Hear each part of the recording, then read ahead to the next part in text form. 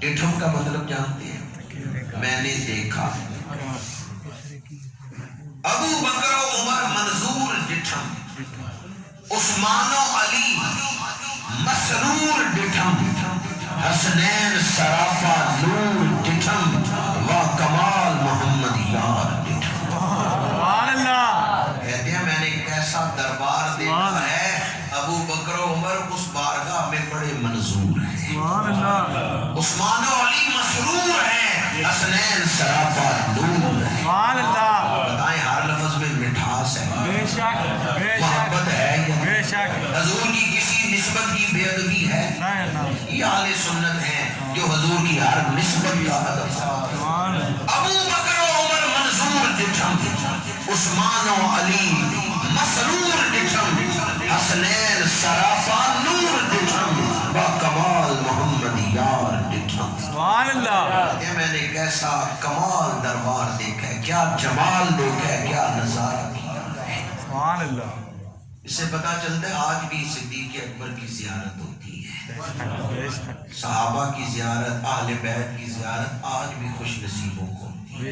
حضرت سلطان باہو رحمۃ اللہ تعالی علیہ انہوں نے عقل بیدار میں لکھا ہے، یہ آپ کی کتاب ہے، اس میں وہ فرماتے ہیں پہلے خلفائے راشدین فیض عطا کرتے ہیں، پھر حضور کی بارگاہ میں حاضری ہوتی ہے.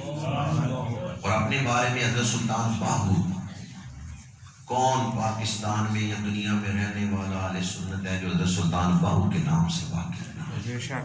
حضرت سلطان باہو نے اس قدر دین کی خدمت کی.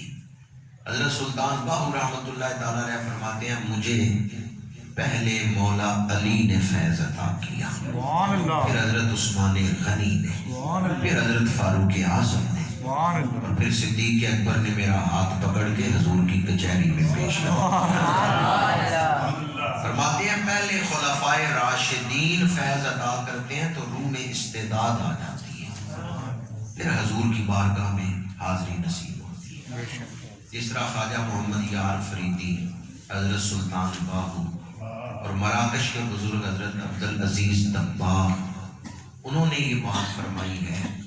اسی طرح علامہ اقبال فرماتے ہیں رموز بے خودی، علامہ اقبال کی کتاب کا نام ہے رموز بے خودی، اس کے اندر فارسی کی کتاب ہے، ایک پوری فارسی نظم لکھی ہے اقبال نے کہ مجھے خواب میں حضرت صدیق اکبر کی زیارت. علامہ اقبال امت کے حالات دیکھتے تو غمگین ہوتے، پریشان ہوتے. اقبال کہتے ہیں من شب صدیق راتی تم بخواب، گل ز خاک راہ اونچی تم بخواب. ایک رات حضور صدیق اکبر میرے گھر تشریف لا رہے ہیں، میں آپ کے راستے میں پھول بچھا رہا ہوں. من شب صدیق راتی تم بخواب، میں نے ایک رات دیکھا صدیق اکبر میرے گھر تشریف لا رہے ہیں، گل ز خاک راہ اونچی تم بخواب، میں آپ کے راستے میں پھول بچھا رہا ہوں. اور پھر فرماتے ہیں کون ابو بکر، کون صدیق، ہستی او کشت ملت را چون ابر، ثانی اسلام و بدر و غار و قبر. کہتے ہیں جس طرح کھیتی پر بارش برسے تو فصل اچھی ہوتی ہے، ابو بکر کی ذات امت کی کھیتی کے لیے بارش کی حیثیت رکھتی ہے. یہ علامہ اقبال نے کہا ہستی او کشت ملت را چون ابر، ثانی اسلام و غار و قبر، ثانی اسلام و غار و بدر و قبر.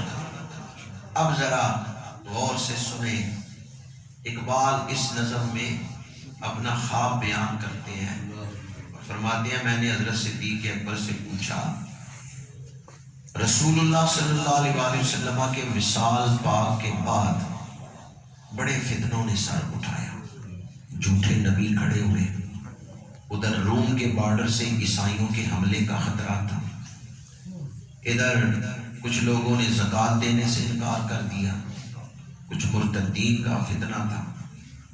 لیکن ہے یار غار آپ نے 2.25 سالوں میں وہ سارے فتنے مٹا کے دین کو مضبوط کیا اور کشتی ملت کو بھنور سے نکال لیا. آپ نے ملت کی کشتی کو کنارے پہ پہنچا دیا.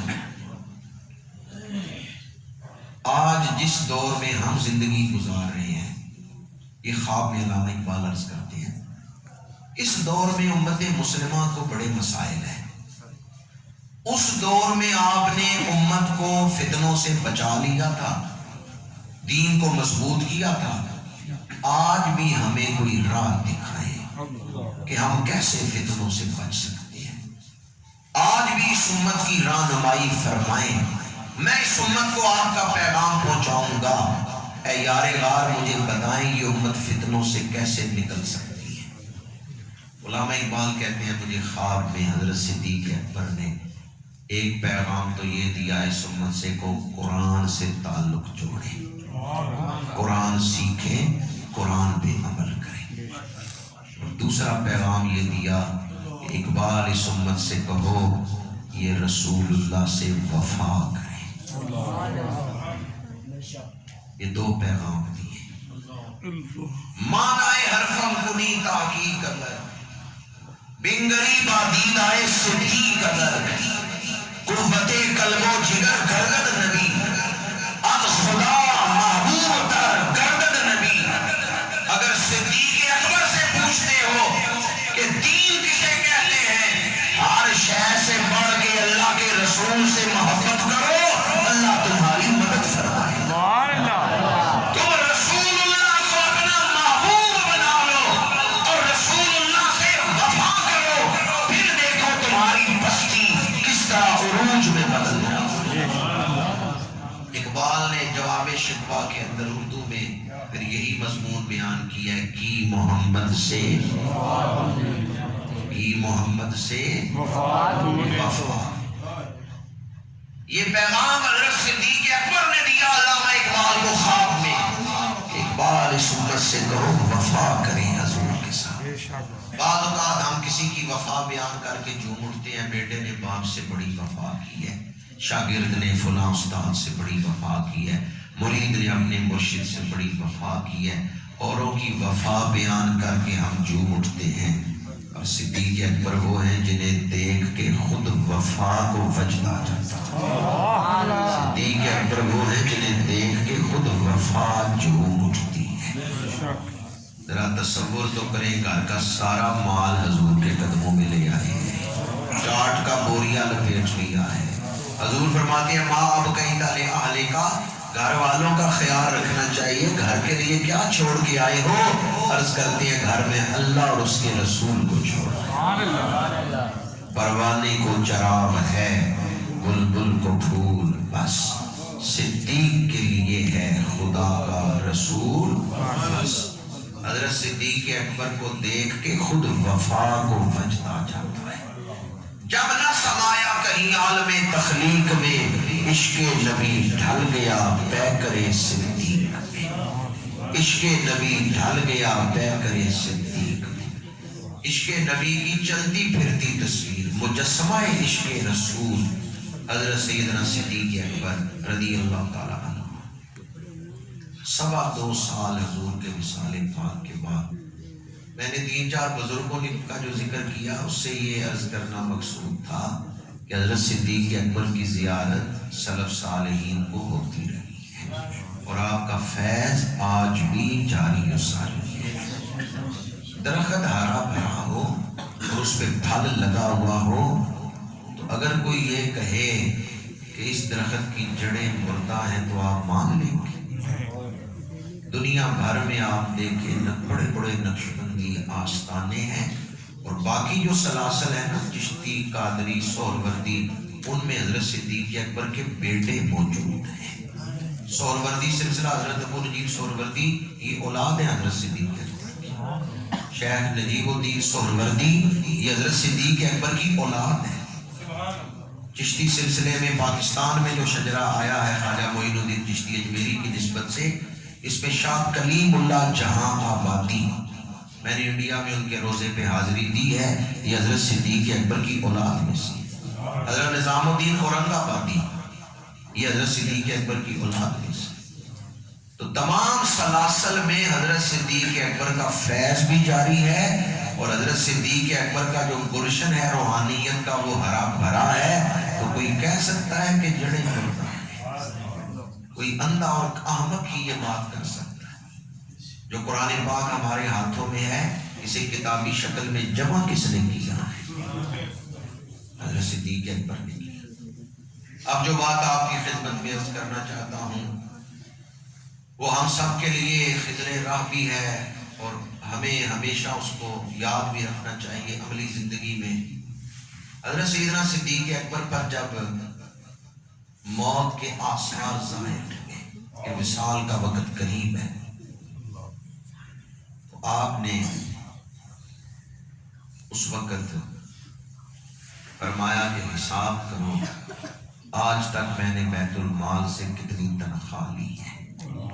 حساب کیا گیا، فرمایا میری ذاتی زمین بیچ کے وہ جتنی تنخواہ میں نے لی ہے بیت المال میں واپس جمع کرا دی جائے۔ پھر فرمایا دیکھو میرے پاس بیت المال کا کوئی سامان تو نہیں جو میرے زیر استعمال ہو۔ ایک اونٹ، ایک حبشی غلام اور ایک چادر، یہ 3 چیزیں تھیں۔ آپ نے فرمایا یہ تینوں چیزیں میرے وصال کے بعد دوسرے خلیفہ کو پیش کر دی جائے۔ آپ نے اپنا بال بیت المال سے آزاد کروا دیا۔ حالانکہ آپ نے جو تنخواہ لی تھی وہ شرعاً آپ کا حق تھا کہ آپ فرض ڈیوٹی دے رہے تھے اور اپنا کوئی ذاتی کام نہیں کر رہے تھے، لیکن اس کے باوجود آپ نے جتنی تنخواہ لی نا 2.25 سالوں میں وہ پیسے واپس کر دیے۔ اور زیر استعمال کیا تھا؟ ایک سواری ہے، ایک حبشی غلام ہے اور ایک چادر ہے۔ آج بڑے سے بڑا دشمن دین، اسلام کا دشمن، تو یہ اعتراض نہیں کر سکا کہ شیخین